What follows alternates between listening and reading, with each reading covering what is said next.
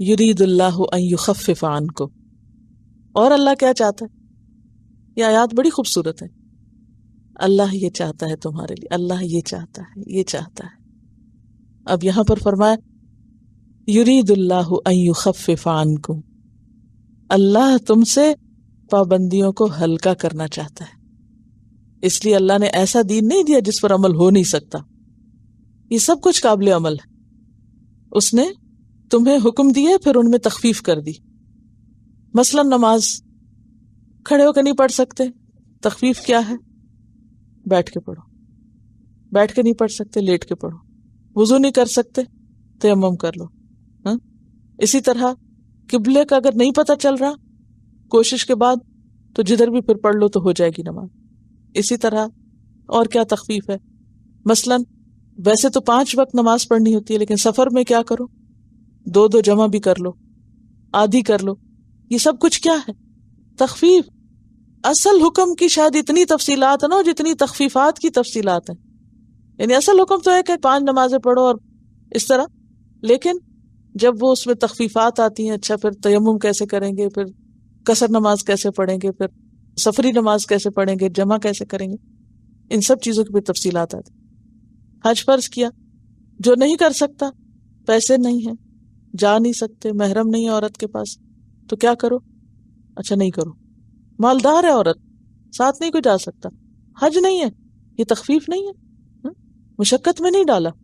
پھر اسی طرح مال نہیں ہے، اچھا ٹھیک ہے تم سے زکوٰۃ ساقط ہے. یہ ہے اللہ کی تخفیفات.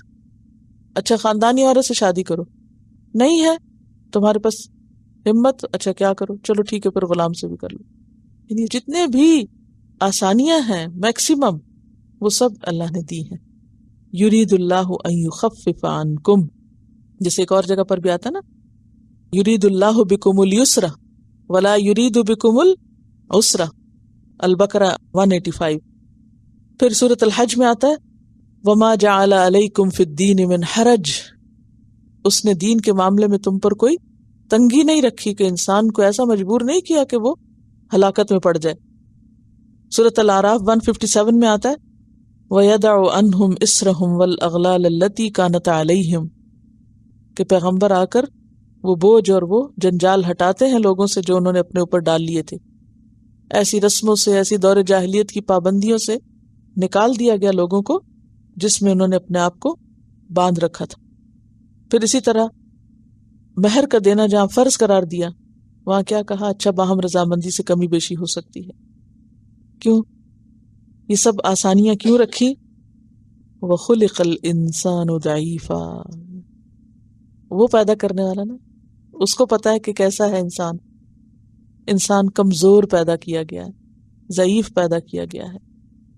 انسان اپنے جسمانی اعتبار سے بھی کمزور ہے، کچھ چیزوں کی مشقت نہیں اٹھا سکتا، بیمار روزے نہیں رکھ سکتا، مسافر روزے نہیں رکھ سکتا، کیونکہ وَخُلِقَ الْإِنسَانُ ضعیفا.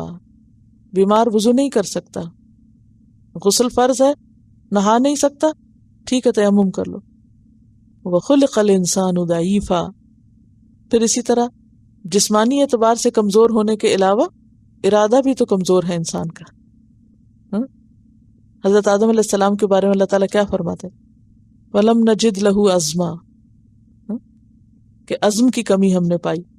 پھر اسی طرح ہم عام انسانوں میں آپ دیکھیں کہ ہم بعض اوقات اتنی پکی نیت کرتے ہیں بالکل یہ کام نہیں کریں گے، پھر کیا ہوتا ہے؟ کیا ہوتا ہے؟ اب اس ہفتے تو میں اپنا سبق روز کا روز پورا یاد کروں گی، ٹیسٹ سے پہلے بالکل نہیں چھوڑوں گی تاکہ آخری دن مشکل نہ ہو. پھر کیا ہوتا ہے؟ پھر وہی حال ہوتا ہے ہر دفعہ. پھر اسی طرح آپ دیکھیں کہ کتنے ارادے آپ باندھتے ہیں اور توڑتے ہیں. میں اپنی یہ نماز تو بہت ہی اچھی پڑھوں گی، اب آدھی نماز میں ہوں گے تو آپ کا دھیان کہیں اور جا چکا ہوگا، آپ کو پتہ بھی نہیں چلے گا. خلق الانسان ضعیفا، جسمانی طور پہ بھی کمزور ہے.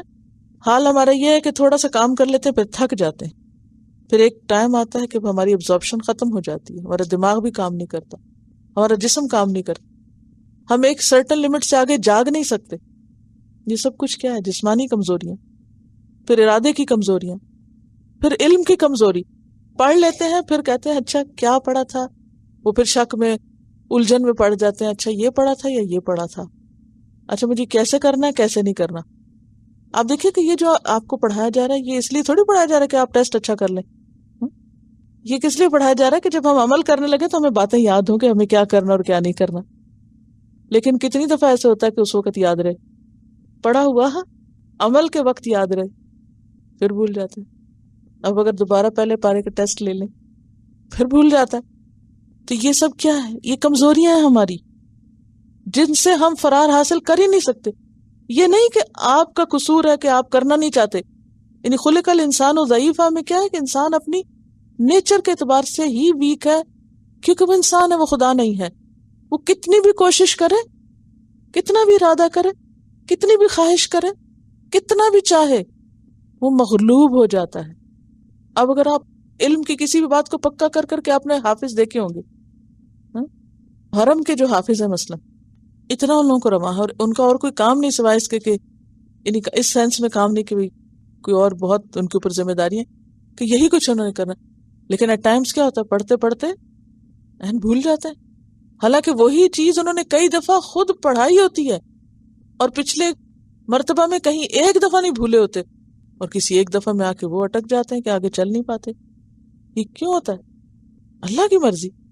تو یہ سب جو کچھ ہم کرنے کے قابل ہیں نا، کچھ بھی، یہ اللہ کے اذن سے اور اس کی رحمت اور فضل سے ہے. کسی انسان کا کمال نہیں ہے اس میں. تو اس لیے اللہ تعالیٰ نے بھول چوک کو کیا کیا؟ معاف کر دیا. رفع القلم عن ثلاث، 3 لوگوں سے قلم اٹھا لیا گیا. سو گیا کوئی، چلو کوئی بات نہیں. پھر اسی طرح مجنون ہے، عقل کم ہے، امتحان بھی کم ہے. جنت وہ بھیج دیا جائے گا کیونکہ جتنی اس کو سمجھ تھی اس نے اس کے مطابق کام کر لیا. اور اسی طرح نابالغ بچے کمزور ہوتے ہیں ہر چیز میں، ان تینوں چیزوں میں، جسم، ارادہ، علم، تینوں چیزیں بچوں کی اور زیادہ کمزور ہوتی ہیں.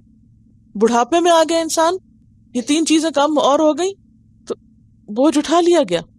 وَخُلِقَ الْإِنسَانُ ضَعِيفًا، انسان کمزور بنایا گیا ہے. لہذا جتنا انسان کر سکتا ہے وہ کرے. یعنی اصل چیز جو انسان سے دیکھی جائے گی نا، وہ اس کی کوشش ہے.